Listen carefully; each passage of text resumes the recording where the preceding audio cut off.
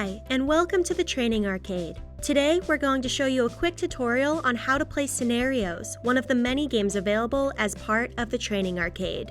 The goal of Scenarios is to make the best decision in each situation. Some decisions will earn you maximum points, some will earn you no points, and some will result in negative points, so choose wisely. Each answer will branch the game off into a different direction, so different answers may lead to different results. You also may see some questions repeat if you did not answer optimally the first time. Your score is displayed in the upper left corner, and next to it you'll see a meter. The bar on the meter will adjust accordingly based on your correct and incorrect answers. Stay positive and keep moving that bar in the right direction.